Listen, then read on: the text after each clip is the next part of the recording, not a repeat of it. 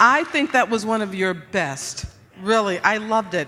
Let's bring Michael Phillips out to talk with you about it. And like I said, their Son of Sheik DVD debuts today, and you can get it in the East Lobby.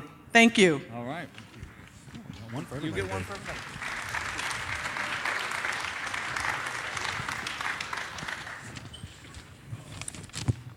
Okay. That was a sandstorm of a score. Yeah, everybody thirsty after that? I certainly wouldn't say it of the music we just heard, but I got to quote Noel Coward, who said, extraordinary how potent cheap music is. And that's kind of the yin-yang with this film for me. I think I really can't wait to hear some comments, but here's what I'd like to ask first of you guys before we talk about kind of what was in the film we saw. Is there a scene or a moment or even just a single image that pointed the way for what you wanted to do with this score, guys? Well, before we get into that, can I backtrack a little and say that without my friend and colleague Ken Winokur, you would not have seen this film. He bought this film years ago and had it restored himself with his wife, the Box 5 company, and been working on this thing for years and finally got it restored, and here it is. So without him, it just wouldn't be possible. So thank you. So, now, unlike a presidential debate, I'll actually answer the question. So, the reason for this was really, I play hand drums. I don't get a chance to play them much in alloy. It's mostly the metal stuff and the sticks. And I saw this film 20-something years ago. I was quite moved by the relationship between Valentino and Vilma Banky, and I just knew we could do a good score for it, and I'd get to play some hand drums for a change. So hand drums, that's the hand answer, drums, the short yeah. answer. And there's that one guy in the cafe who's playing his drums like, while Vilma Banky is flailing around. Just briefly, a little bit about Valentino. If you don't know it, he had a French mother and an Italian father. He came to this country in 1913, I believe, at the age of 18. He was employed as a taxi dancer at Maxime's restaurant in New York for a while. 10 cents a dance, I believe, was the fee. He really came to moviegoers' attention in 1921 when he danced the tango in the first film version of The Four Horsemen of the Apocalypse. And that was the same year that The Sheik came out, I believe. And Banky, who we saw, the Hungarian-born actress, who was the female lead in this picture, also had starred with him in a less successful film just prior to this sequel, Son of the Sheik, called The Eagle. And I would say the Son of the Sheik is a rare sequel. It is better than the first one. I think it's more fluid. I think some of the camera tricks are. This is excellent split screen work for the time, and also just the art direction by and actually some. Yeah, I was going to say. The question is William Cameron Menzies, who's a fascinating kind of stealth figure in Hollywood history. Credited variously as a set designer, production designer. He went on to direct Things to Come, the burning of Atlantis sequence in Gone with the Wind, Invaders from Mars, I believe. I mean, fantastic talent. And when you just get it all working together, where you have a fairly fluid camera here under the direction of George Fitzmaurice, and some of those interiors and Menzies that just come off The Thief of Baghdad a couple years earlier, that it's, as I say, it's the kind of corny exoticism that sort of works 100 years later almost, you know? Sort of the perfect sandstorm. What's that? Sort of the perfect sandstorm. Yeah, there you go. Tell me what you respond to in Valentino's mystique, his performance here as you play. Previous to doing this one, we had also scored and performed considerable shows with the Eagle. And if you backtrack into his career and you look at him in the very early ones, into Four Horsemen of the Apocalypse, where he became known, into the Sheik. There's a very steady progression of him figuring out what to do on screen. There's an awful lot of stuff in the Sheik and previous to that where he just looks at the camera and he flares his nostrils, you know. But he actually learned some level of kind of subtlety and realism in this one. He's not flailing around. He's actually kind of low-key and very seductive. How about you? And then getting to play the dual role of his father. Apparently, he really loved that role because he was so convincing in the makeup. He could just walk around with anonymity. Nobody knew who he was, and so he kind of enjoyed that. And apparently, he helped bring to fashion men wearing wristwatches. If you notice in the film, he was wearing a wristwatch. And at that point, men were using pocket watches predominantly, and with his persona of, you know, the men were jealous, they thought he was effeminate, and the women were jealous because they couldn't have him. It helped somehow propel that the wristwatch phenomenon. Right. It's funny that that's the most exotic thing he's wearing to audiences of 1926. Well, apparently he went. He traveled and spent thousands and thousands of dollars on his own wardrobe. He got so into it, so he went and, you know, he spent a ton of his own fortune just for the wardrobes and some of the drapes and the sets and stuff. And the knives. This is a movie about knives, if you look at it that way. And we can only assume he was smoking Camels. Right.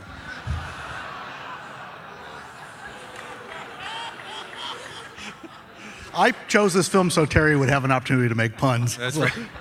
See, he wouldn't have respected you if you hadn't groaned, you know. Let me talk briefly about this, the image that really helped set the kind of this weird pop cultural tone for the 20s. The backlash against Valentino was really intense and really nasty. I'm going to read something here from 1926. This is just before the film came out, and just as Valentino was launching a publicity campaign and tour for The Son of the Sheik, and a month before he died. It's an editorial in a daily newspaper, unsigned, as most editorials are, right? That remarks and kind of decries this phenomenon of a new ballroom that opens up downtown, and there's a pink powder dispenser in the men's room. For a quarter, you could do, you know, powder up a little bit, and a powder vending machine, I quote, in a men's washroom. Homo Americanus. Why didn't someone quietly drown Rudolph Valentino years ago? And it goes on to say, it is time for a matriarchy if the male of the species allows such things to persist. Better a rule by masculine women than by effeminate men. The Chicago Tribune, 1926. Wasn't that in Indiana just a couple weeks ago, too?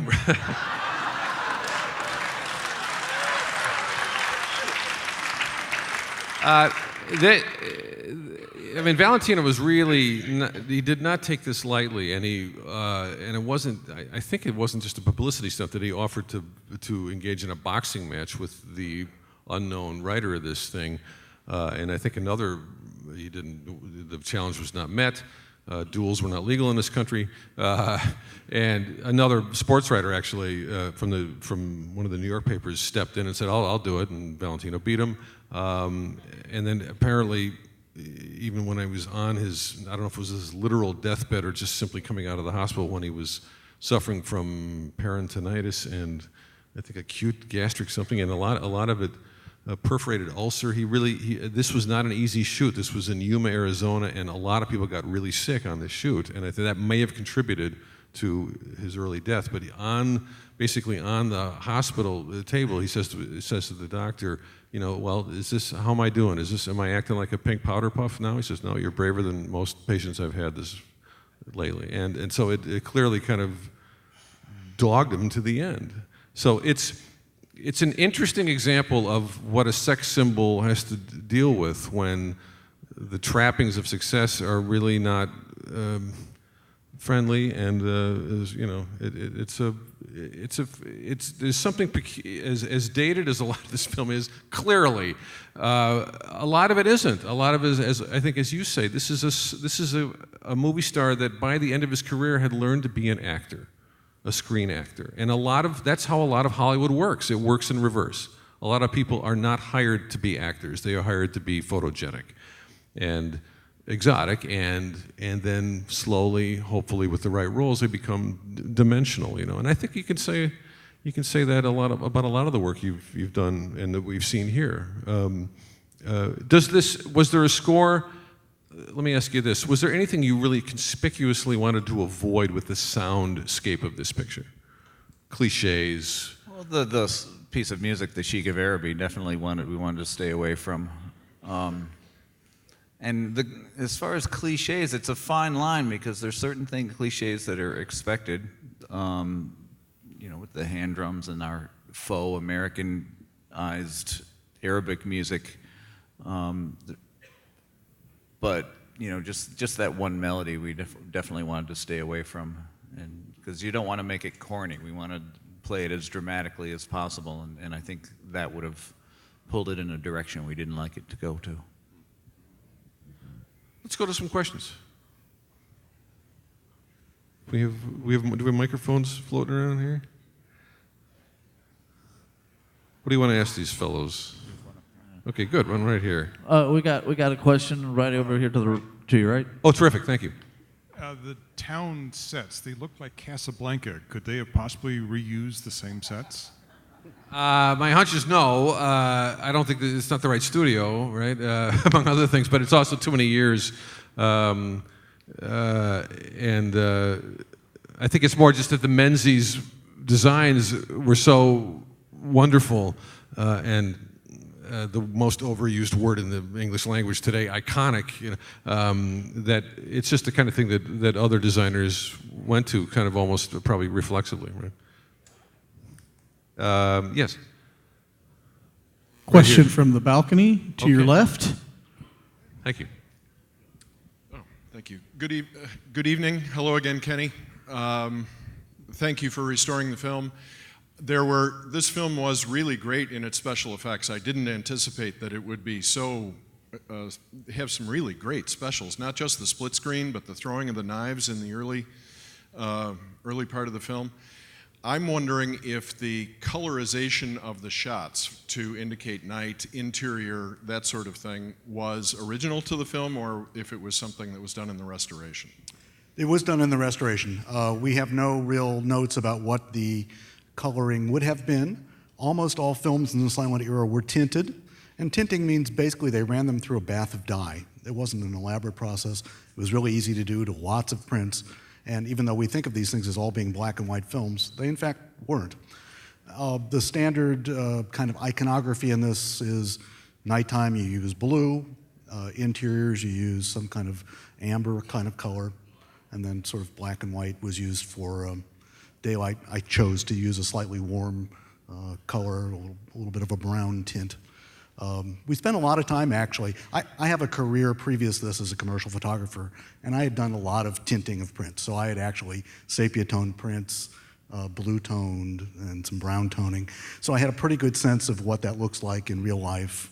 We brought together a bunch of the examples of other producers' tinted silent films and some knowledgeable books on the subject, and we spent a fair amount of time in the video studio tweaking those colors to just the right point.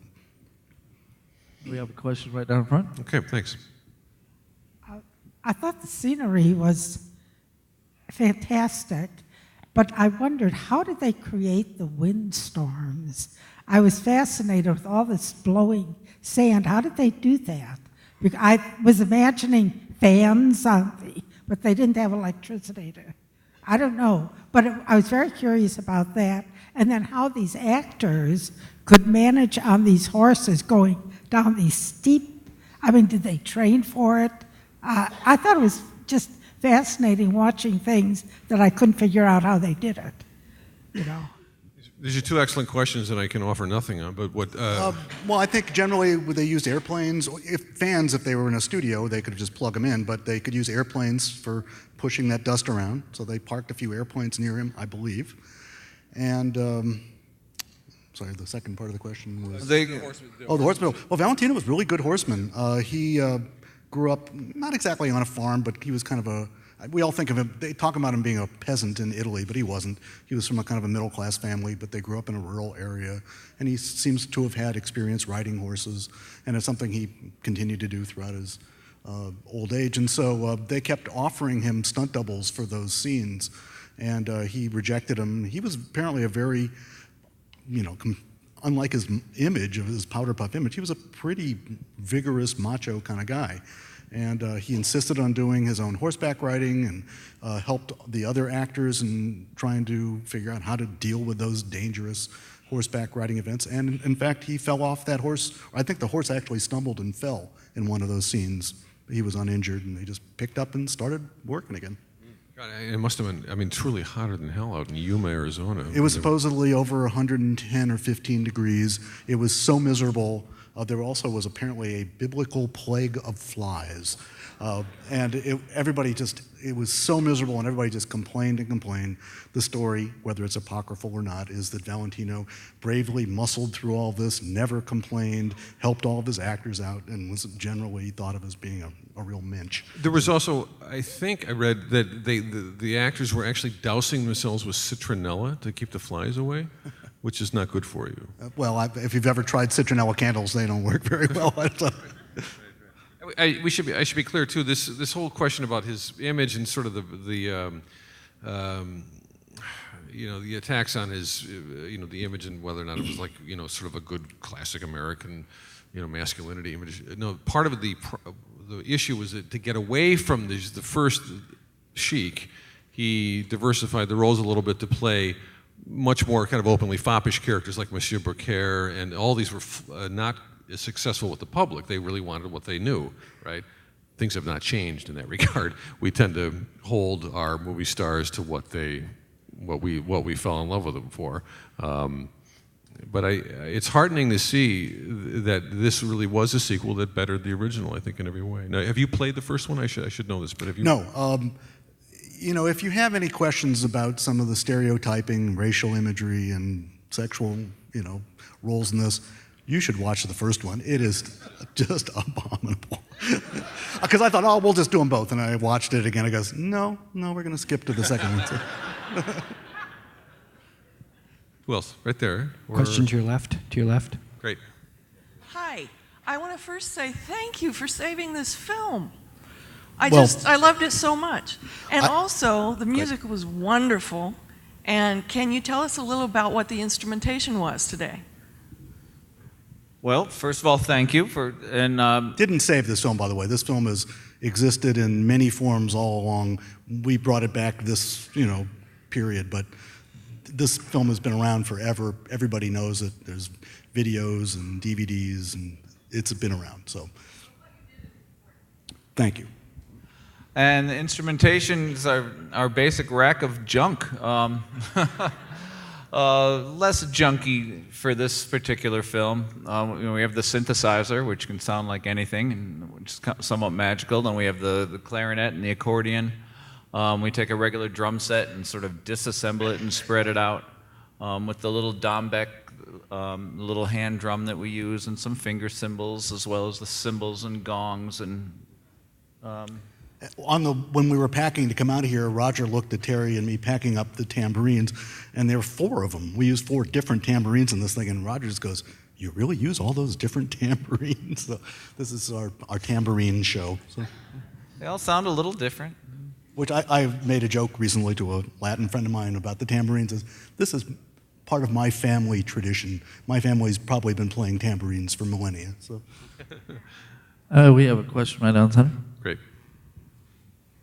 Thank you so much for the presentation. And the film is really amazing and impressive for its time. There was also a lot of laughter from the audience, and some of it maybe from some of the unintentionally humorous facial expressions and stereotypes. I know that you all weren't around then, but do you have any idea whether a 1920s audience would have taken it as pure drama, or was it intended to be funny? Well, there were definitely a couple of specifically funny characters. The little guy who pinched everybody. That's his idea of torture. He was the comic relief, and it wasn't uncommon to have a comic relief in these dramatic films. But so it was mostly dramatic, but specifically they did put in the comic relief, and then to have two of them, the little guy, and then Ramadan, the big guy.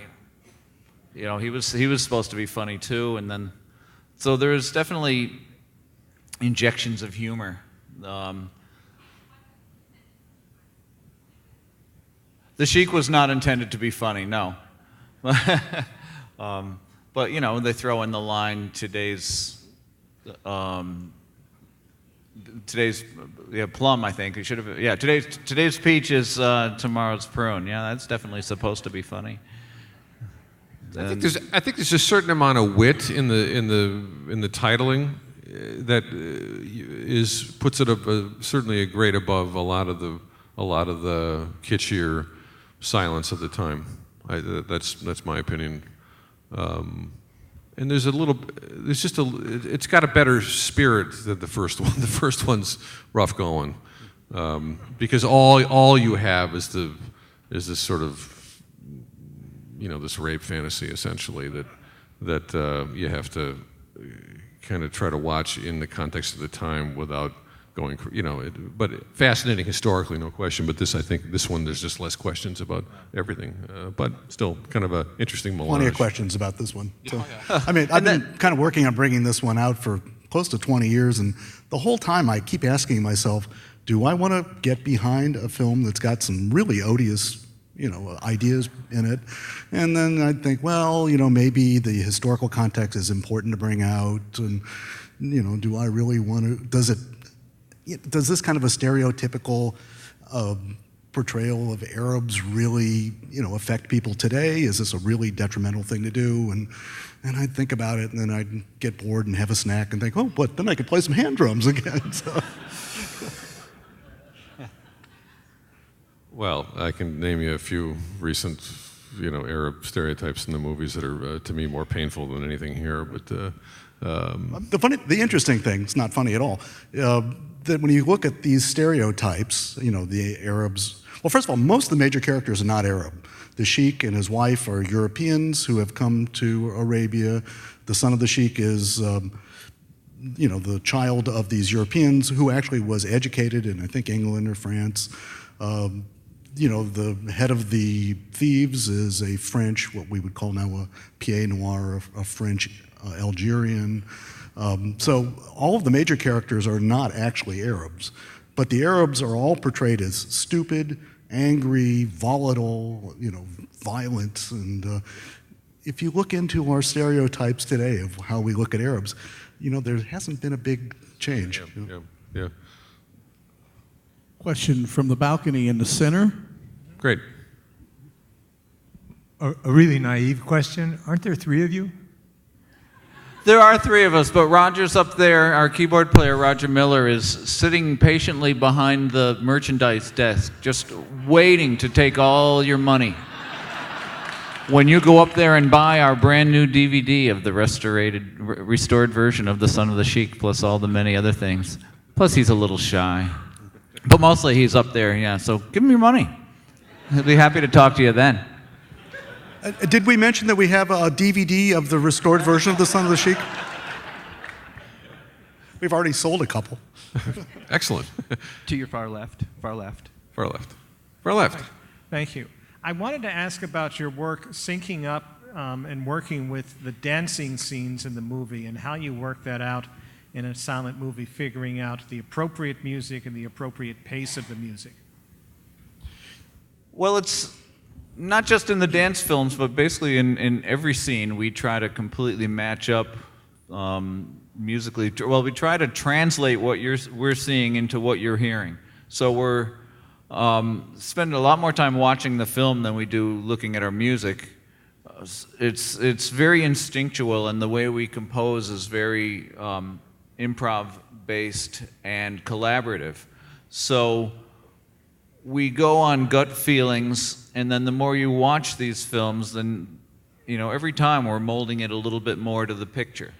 So we've spent 25 years doing this, so hopefully we're getting good at it.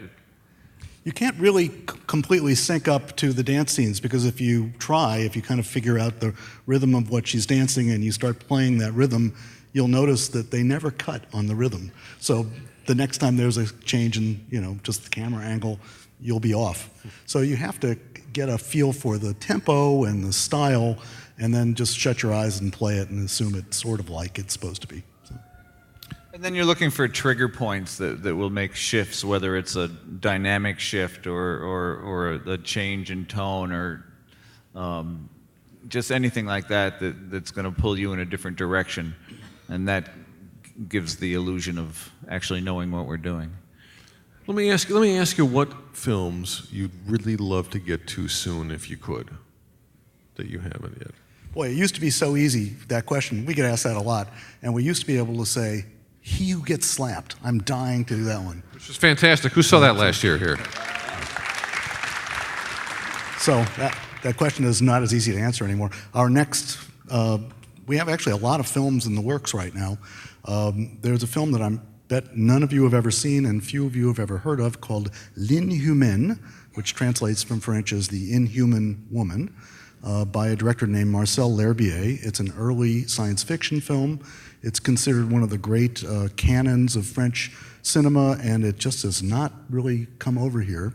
And they have recently restored it in Paris at Lobster Films, and they've asked us to write a score and perform the premieres at a festival that shall remain unnamed in the mountains of Colorado. Please do not print that, anybody. I could be in big trouble. So. How about you? Is there anything that's kind of on your mind for the future? Basically anything Lon Chaney is. We've always had a tough time with MGM breaking through their corporate wall. So there's all those creepy carnival circus films, which is why He Who Gets Slapped is good. Any of that dark circusy stuff would be really something. Caligari I think would be great to do, but so many people have done it and so many people have seen it. Faust is another one. Pronounce Faust. Have you done that? No, we have not done that. No, but that's another one that would be rejected on that one. Yeah, when they restored it, they commissioned someone else to score it. So bastards. Yeah. I was gonna say I used to think that any Lon Chaney film would just be perfect for us, and then I got to see a print of West of Zanzibar, and let's just say it made me realize that not every Lon Chaney film is ripe for. We have time for a couple more. From the balcony to your right. To our right there. Stand up. Hi. Yeah, thank you so much. Hearing a film with live music just infuses the theater with so much energy that kind of still reverberates. But my question is, would there have been an original score or a score that was produced for the original film? And if so, is that available, and did you draw on it or get inspiration from it? I should be able to answer that question more authoritatively, but I can't. I have never heard that there's an existing score for this, nor have I heard of anybody actually trying to play it. There was, as you can imagine, almost always music accompanying these things, but it came in a lot of different varieties. It could have been as simple as what they call a cue sheet, which could have been a single page with, say, 8 lines of 8 different songs that you were supposed to just scan and be able to improvise on, or it could have been a full-blown score. If it was a full-blown score, though, the understanding was that in the really big theaters in New York and Los Angeles, probably Chicago, there would be orchestras who would have actually read through this and even rehearsed a time or two, who could play it. But as that film continued its kind of release, by the time it got to Champaign, it would have been left up to a local musician to come up with his own music, possibly with a cue sheet, but more likely whatever he happened to know that day. So.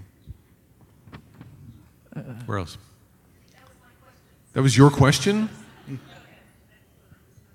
Excellent. We have time for one more final question. Anybody? more. Anybody? I'll see somebody. We got one? Towards the back to your right. By the way, if you find Murnau's lost film Four Devils, let me know. Okay. That would be a fantastic circus soundscape. You'll be my first call. Okay, good. I had a question about the dancing, which I thought was pretty awful, but why didn't they have something that was really more like Arabic dancing would have been, rather than her sort of twirling around? Her dancing when she was... Yeah, why wasn't there belly dancing, eye dancing? You know, there was none of that. You didn't find that to be authentic dancing? No. Also, do you think they kept... I think they kept putting in somebody else who danced better than she did. I hadn't noticed that, but yeah, Well, they did a lot of that in It was this very film. swirling, yeah. She definitely had her veils going, and maybe they liked that back then. Who knows?